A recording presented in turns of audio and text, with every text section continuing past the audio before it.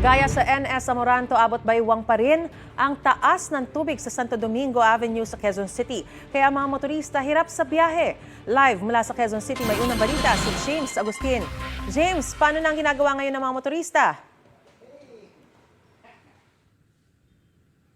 Maris, good morning. Umahanap na muna ng alternatibong ruta yung ibang mga motorista na nakikita natin dito. At karamihan ay bumubuelta. Hindi pa rin nga kasi madaanan itong bahaging ito ng Santo Domingo Avenue sa Quezon City hanggang sa mga oras na ito dahil doon sa pagbaha na kanila pa naranasan na madaling araw dulot nga ng pag-ulan na naranasan dito sa Quezon City. Abot bewang ang taas ng tubig sa Santo Domingo Avenue, corner Calamba Street. May ilang residente, Maris, na sinuong yung baha na yan pero ang mga motorista bumuelta na lang. May nakatalaga ring tauhan ng Quezon City Traffic and Transport Management Department na nag-aabiso sa mga motorista na humanap na muna ng ibang ruta. Binahari ng Don Manuel Street hanggang sa kanto ng Biak na Bato Street.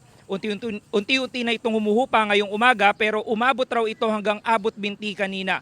May mga residente na inabutan namin naglilinis ng mga basura na inanod ng baha. Samantala, Maris, ito nakikita nyo, ito po yung bahagi ng Santo Domingo Avenue na hindi pa rin nadaraanan ng mga motorista. Linawin lamang natin ito dito sa may kanto ng Calamba Street. Pero yung ibang parts ng Santo Domingo Avenue ay wala namang pagbaha.